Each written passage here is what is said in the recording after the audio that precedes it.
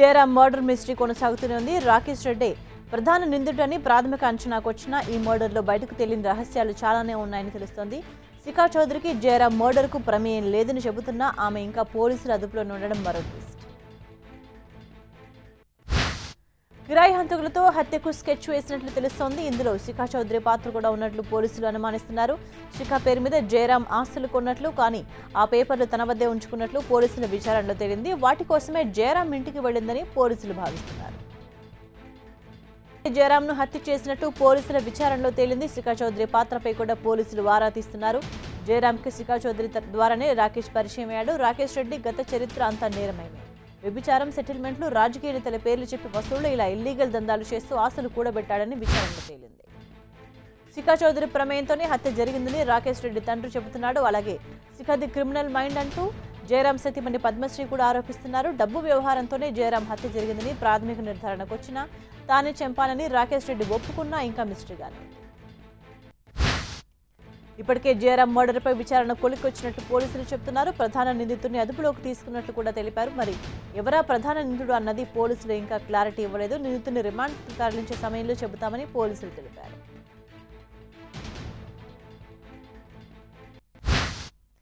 జయరాం హత్య కేసులో అనుమానితులుగా భావిస్తున్న రాకేష్ రెడ్డి, శిఖా చౌదరి ఇద్దరు కృష్ణా జిల్లా పోలీసుల అదుపులోనే ఉన్నారు.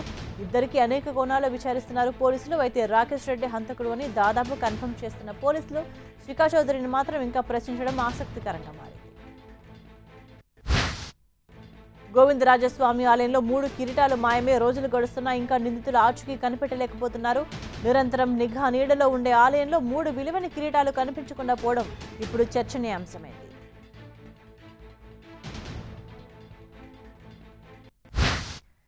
సీసీటీవీ ఫుటేజ్లో ఓ వ్యక్తి ఆలయం నుంచి భయంగా బయటకు వెళుతున్న విజువల్స్ గుర్తించారు పోలీసులు. అయితే ఆ వ్యక్తి దొంగని ఇంకా నిర్ధారించలేదు. అంత టైట్ సెక్యూరిటీలో కూడా 3 కిరీటాలు ఎలా మాయమవుతాయని ప్రశ్నిస్తున్నారు భక్తులు. ఇది ఖచ్చితంగా ఇంటి దొంగల పని అని అంటున్నారు. 1000 ఏళ్ల చరిత్ర ఉన్న గోవిందరాజస్వామి ఆలయంలో చోరీ ఘటన రాష్ట్ర వ్యాప్తంగా సంచలనమైంది. అదృశ్యమైన కిరీటాల బరువు 1300 గ్రాములు ఉంటుందని, 40 లక్షల విలువ ఉంటుందని ఆలయ అధికారులు తెలిపారు.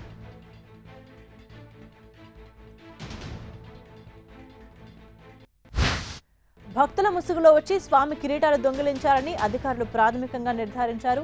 సీసీటీవీ ఫుటేజ్ ఆధారంగా అనుమానితుని గుర్తించిన పోలీసులు అతడి కోసం 6 బృందాలు గాలిస్తున్నట్లు తెలిపారు. కాల్ డేటా ఆధారంగా నిందితుడి కోసం ప్రయత్నిస్తున్నారు. కిరీటాలు మాయమైన విషయం తెలిసిన వెంటనే టీటీడీ పోలీసు ఉన్నతాధికారులు ఆలయానికి చేరుకుని ప్రధాన ద్వారం మూసివేసి విచారణ ప్రారంభించారు. వెంటనే అర్చకులను ఆలయానికి పిలిపించి ఆరా తీశారు. క్లూస్ టీం కూడా దర్యాప్తు చేపట్టింది. అర్చకులు లేని సమయంలో దొంగతనం జరిగిందని అధికారులు చెబుతున్నారు. హైదరాబాద్లో ఓ యువకుడి హత్య కలకలం రేపుతోంది. బీరు సీసాతో దాడి చేసి దారుణంగా హత్య చేశారు. ఆ తర్వాత దుప్పట్లో చుట్టి శవాన్ని మాయం చేసేందుకు ప్రయత్నించారు. అయితే వారి ప్లాన్ రివర్స్ అయింది. హైదరాబాద్ బాలాపూర్లోని అలీనగర్లో జరిగిన మర్డర్ స్థానికంగా సంచలనమైంది. హుస్సేన్ సాదీ అనే యువకుడు ఆదివారం రాత్రి తన స్నేహితులతో కలిసి పార్టీ చేసుకున్నాడు. ఇఫ్తికార్ అనే వ్యక్తి ఇంట్లో ఈ పార్టీ జరిగింది. హుస్సేన్ సాదీతో పాటు చాంద్ పైల్వాన్, ఇఫ్తికార్, అజీజ్ మద్యం తాగారు. అయితే హుస్సేన్ సాదీ, అజీజ్ల మధ్య గొడవ జరగడంతో మద్య మత్తులో హుస్సేన్ సాదీపై విచక్షణారహితంగా దాడి చేశాడు అజీజ్. బీరు సీసాలతో హుస్సేన్ తలపై బలంగా మోదాడు. దీంతో అక్కడిక్కడే చనిపోయాడు. ఆ తర్వాత డెడ్ బాడీని మాయం చేయడానికి తీవ్రంగా ప్రయత్నించారు. డెడ్ బాడీని దుప్పట్లో చుట్టి అక్కడే వదిలేసి పరారయ్యారు. ఆ తర్వాత డెడ్ బాడీని గుర్తించిన పోలీసులు ఉస్మానియా ఆసుపత్రిలోని మార్చిడికి తరలించారు. హైదరాబాద్ హిమాయత్ నగర్లో ఓ బైక్ మంటలకు దగ్ధమైంది. లిబర్టీ సెంటర్ దగ్గర పల్సర్ 220 బైక్లో ఒక్కసారిగా మంటలు చెలరేగాయి. దీంతో బైక్ నడుపుతున్న వ్యక్తి అప్రమత్తమై ఇంజన్ను ఆపి తన వెంటనే బైక్ నుంచి దిగిపోయాడు. క్షణాల్లోనే మంటలు బైక్ను వ్యాపించడంతో బైక్ పూర్తిగా కాలిపోయింది. అమెరికాలోని ఫార్మింగ్టన్ ఫేక్ యూనివర్సిటీలో చిక్కుకున్న విద్యార్థులు ఒక్కొక్కరుగా బయటపడుతున్నారు. అతి కష్టం మీద 30 మంది విద్యార్థులు ఇండియాకు వచ్చారు. శంషాబాద్ ఎయిర్పోర్ట్ నుంచి బయటకు వస్తున్న తమ పిల్లల్ని చూసి తల్లిదండ్రులు తీవ్ర భావోద్వేగానికి లోనయ్యారు.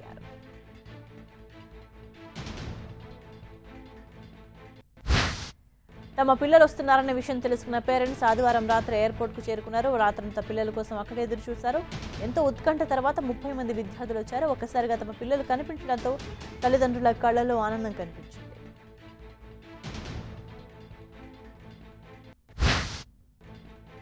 ఫేక్ యూనివర్సిటీ స్కామ్తో మోసపోయిన భారతీయ విద్యార్థుల పట్ల అమెరికా పోలీసులు కర్కశంగా వ్యవహరిస్తున్నారు. కాళ్లకు రేడియో ట్యాగులు వేసి దారుణంగా అవమానిస్తున్నారు. డిటెన్షన్ సెంటర్లలో పరిస్థితి ఏమాత్రం బాగలేదు, తిండి సరిగ్గా పెట్టడం లేదనే విమర్శలు వెలువెత్తుతున్నాయి. మరోవైపు విద్యార్థులకు అండగా అమెరికాలోని తెలుగు సంఘాలున్నాయి. వారికి కావలసిన సహాయం అందిస్తూ ఇండియాకు వెళ్లే స్టూడెంట్స్కి హెల్ప్ చేస్తున్నాయి. విద్యార్థుల తల్లిదండ్రులు ఎవరూ ఆందోళన పడాల్సిన అవసరం లేదని, వారంతా ధైర్యంగా ఉన్నారని చెబుతున్నారు.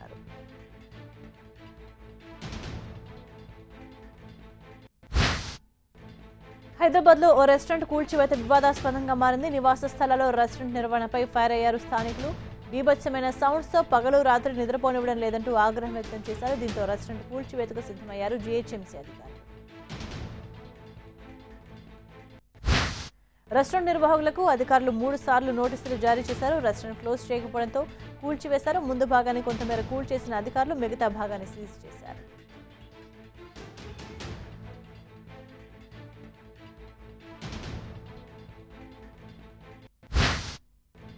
ఆ సమయంలో తారకరత్న అక్కడే ఉన్నారు. అయితే రెస్టారెంట్లో విలువైన సామాన్లు ఉండడంతో కొంత సమయం కావాలని అధికారులు కోరడంతో కూల్చివేత తాత్కాలికంగా నిలిపివేశామన్నారు అధికారులు. ప్రస్తుతం రెస్టారెంట్ను సీజ్ చేశామని, ఖాళీ చేయగానే పూర్తిగా తొలగిస్తామని తెలిపారు. తన సోదరుడు గుణశేఖర్పై కౌశిక్ రెడ్డి అనే వ్యక్తి దాడి చేశాడని హీరో రాజశేఖర్ బంజారాహిల్స్ పిఎస్కి ఫిర్యాదు చేశారు. శనివారం సాయంత్రం జరిగిన ఈ దాడికి సంబంధించి సీసీటీవీ ఫుటేజ్ను పోలీసులకు ఇచ్చినట్టు రాజశేఖర్ భార్య జీవిత వివరించారు. కౌశిక్ రెడ్డి కాంగ్రెస్ నేత అని చెప్పారు జీవిత. బంజారాహిల్స్లోని గుణ డైమండ్స్ షోరూం నిర్వహిస్తుంటారు రాజశేఖర్ సోదరుడు గుణశేఖర్. తన అనుమతి లేకుండా షోరూంలో కారు పార్క్ చేశారని, అదేమని అడిగితే దాడికి పాల్పడ్డారని గుణశేఖర్ చెబుతున్నారు. కౌశిక్ రెడ్డిని చట్టపరంగా శిక్షించాలని ఆయన కోరుతున్నారు.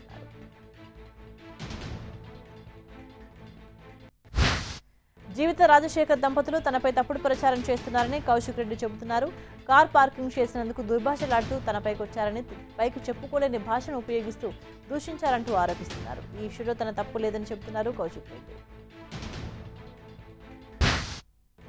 ఆధ్యాత్మికత ఉట్టిపడేలా, ప్రతి అంగుళం ఆకట్టుకునేలా అద్భుత శిల్పకళా నైపుణ్యంతో యాదాద్రి పునరుద్ధరణ పనులు జరగాలని అధికారులకు సీఎం కేసీఆర్ ఆదేశించారు. సోమవారం ప్రగతి భవన్లో నిర్వహించిన సమీక్ష సమావేశంలో యాదాద్రి పునరుద్ధరణ పనులపై చర్చించారు. అత్యాధునిక ఆధ్యాత్మిక శోభ వెల్లివిరియాలని అధికారులకు తెలిపారు సీఎం కేసీఆర్. పునరుద్ధరణ పనులు పూర్తయిన తర్వాత 1008 యాగకుండాలతో 11 రోజుల పాటు మహాయాగం నిర్వహిస్తామన్నారు. రాష్ట్రపతి, ఉపరాష్ట్రపతులతో పాటు ప్రధానమంత్రి, కేంద్ర మంత్రులు హాజరవుతారని చెప్పారు. ఇవాళ ఏపీ అసెంబ్లీలో ఆర్థిక మంత్రి యనమల ఓట్ ఆన్ అకౌంట్ బడ్జెట్ను ప్రవేశపెట్టనున్నారు. ఎన్నికలు వస్తున్న నేపథ్యంలో బడ్జెట్లో అనేక హామీలు, వరాలు కురిపిస్తారని తెలుస్తోంది. వ్యవసాయం, సంక్షేమ రంగాలకు అధిక ప్రాధాన్యత ఇచ్చే అవకాశం ఉన్నట్లు సమాచారం.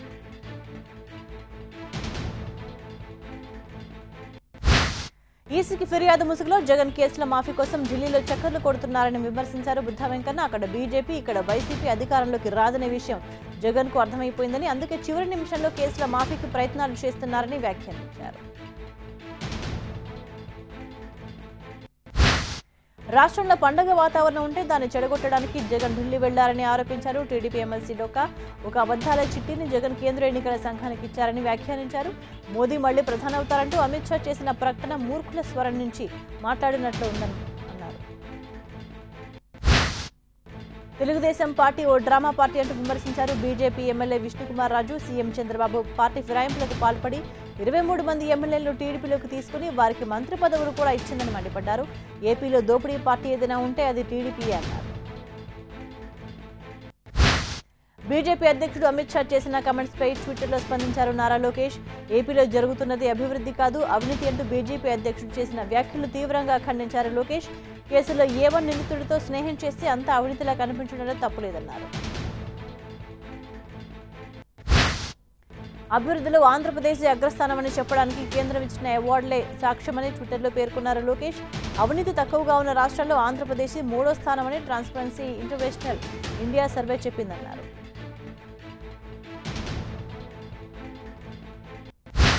డ్వాక్రా సంఘాలకు రుణమాఫీ జరిగే వరకు మంత్రులను, ఎమ్మెల్యేలను నిలదీయాలని పిలుపునిచ్చారు వైసీపీ ఎమ్మెల్యే రోజా.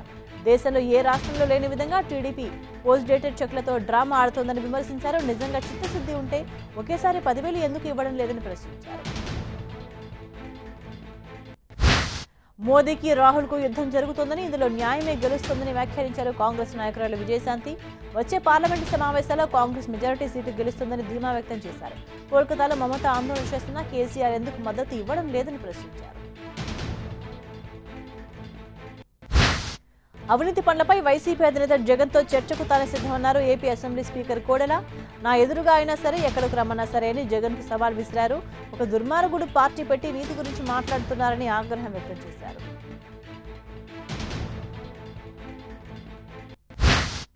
వైసీపీ ఆధ్వర్యంలో జరిగే బీసీ గర్జనను ప్రజల్లోకి తీసుకెళ్లేందుకు ఆ పార్టీ శ్రేణులు కృషి చేస్తున్నాయి. ఇందుకు సంబంధించిన పోస్టర్లను విజయవాడలో వైసీపీ నేతలు రిలీజ్ చేశారు. అలాగే ప్రచార రథాలను సిద్ధం చేస్తున్నారు.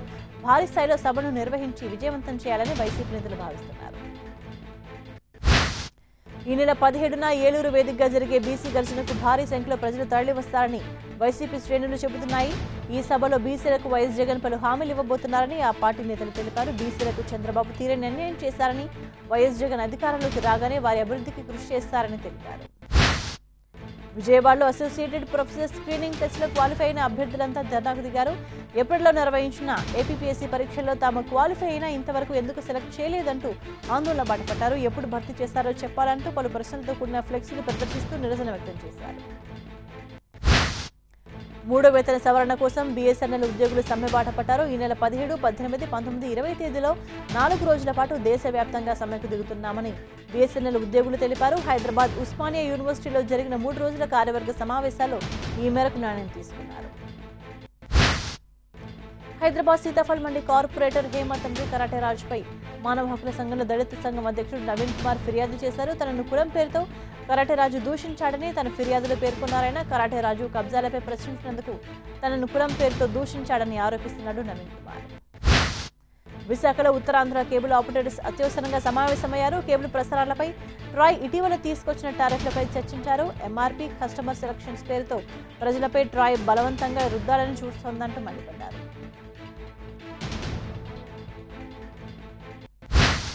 హైదరాబాద్లోనూ తెలంగాణ ఎంఎస్ఓలు అత్యవసర మీటింగ్ నిర్వహించారు. ట్రాయ్ నిబంధనలు ప్రజలపై భారం మోపేలా ఉన్నాయని, ఇందుకు నిరసనగా 6వ తేదీ నుంచి బంద్ నిర్వహిస్తున్నట్టు తెలిపారు. ఇందుకు ప్రజలు సహకరించాలని, ట్రాయ్ వెనక్కు తగ్గే వరకు తమ పోరాటం ఆపమని స్పష్టం చేశారు.